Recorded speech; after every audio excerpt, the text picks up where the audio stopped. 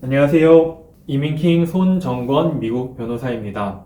최근에는 저희 법인에 직원 파견 관련해서 많은 문의를 주고 계십니다. 그래서 보통 E비자와 L비자의 차이점을 모르시고 흔히들 주재원 비자라고만 말씀을 하시는데 그때마다 E비자의 요건에 해당하는지 또는 L비자의 요건에 해당하는지 확인을 해서 안내를 드리고 있습니다. 이 확인을 해야 하는 이유는 E비자와 L비자는 결정적인 차이점들이 있기 때문입니다. 직원을 해외 법인으로 파견하려고 하는데 이 비자를 보내야 하는지 L비자로 보내야 하는지에 대해서 고민이 많이 드실 텐데요. 오늘 영상에서 그 차이점을 쉽게 알려드리도록 하겠습니다.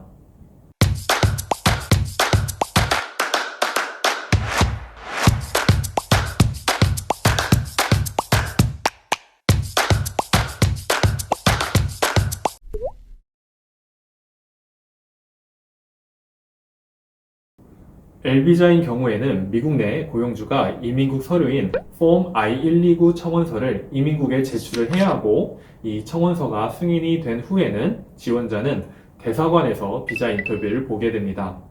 이민국 서류 폼 I-129를 접수하기 위해서는 2022년 현재 460불의 접수비, 그리고 지원자가 처음 접수하는 경우라면 Fraud Prevention and Detection이라고 하는 명목의 수수료를 내야 하는데요. 이것은 500불입니다.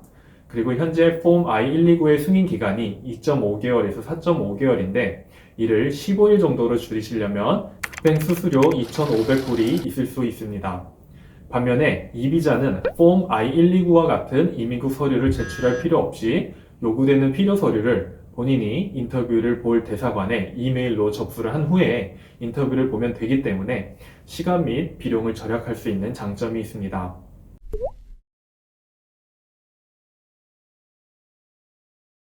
L비자와 E비자는 기본적으로 본인이 앞으로 미국 회사를 위해 일을 할 것인데 어떠한 역량을 가지고 있으며 어떠한 일을 할 것인지에 대해서 증명을 해야 합니다. 그런데 L비자와 E비자의 다른 점은 L비자를 진행하기 위해서는 적격 관계가 있는 회사에서 최근 3년을 기준으로 1년 이상 근무를 하고 있는 직원을 파견해야 합니다. 적격 관계는 여러 가지가 있을 수 있는데요. 예를 들어 한국에 있는 회사에서 근무를 하고 계신 분은 미국에 있는 계열사 또는 자회사 등으로 파견을 하는 것을 말합니다. 이 비자 같은 경우는 앞서 말씀드린 역량을 증명하면 되고 적격 관계가 있는 회사에서 1년 이상 근무를 해야 한다는 요구사항은 없습니다.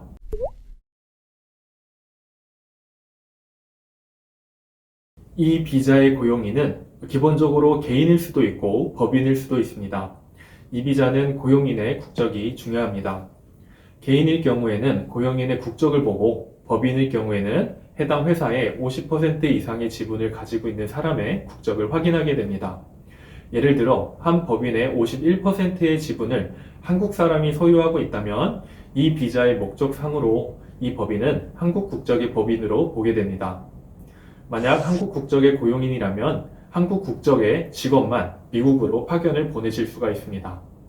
반대로 L비자는 국적 이슈보다는 앞서 말씀드린 적격 관계가 있는지, 최근 3년 중 1년 이상의 근무 경력이 있는지를 보게 됩니다.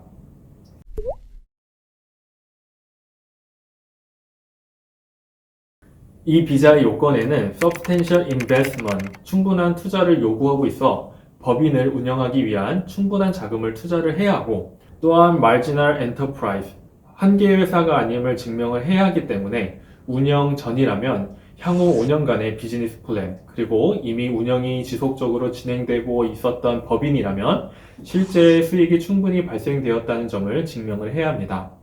이러한 요건들 때문에 이 비자를 위한 법인은 기본적으로 수익을 목적으로 하는 상업 회사여야 합니다. 반면에 L비자인 경우에는 그러한 요구 사항들이 없어 상업 회사뿐만이 아니고 비영리 단체, 종교 단체 등도 L비자를 진행할 수가 있습니다.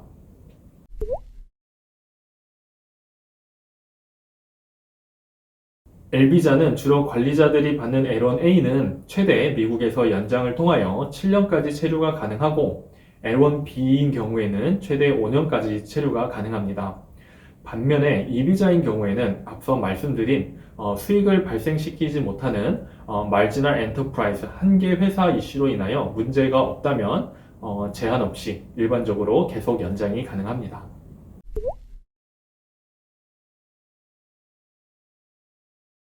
이 비자는 비이민 비자이므로 이민할 의도가 없음을 증명을 해야 발급이 되는 비자입니다. 그래서 본인이 고용이 종료가 되었을 때에 다시 본인의 국가로 돌아오겠다라는 것을 영사에게 확인시켜 주어야 합니다. 반면에 L 비자는 기본적으로 비이민 비자이지만 듀얼 인텐트, 그러니까 비자 목적의 종료 후에도 나중에 미국에서 영구적으로 거주할 수 있다라는 것을 인정하는 비자이므로 이민할 의도가 없음을 증명할 필요는 없습니다.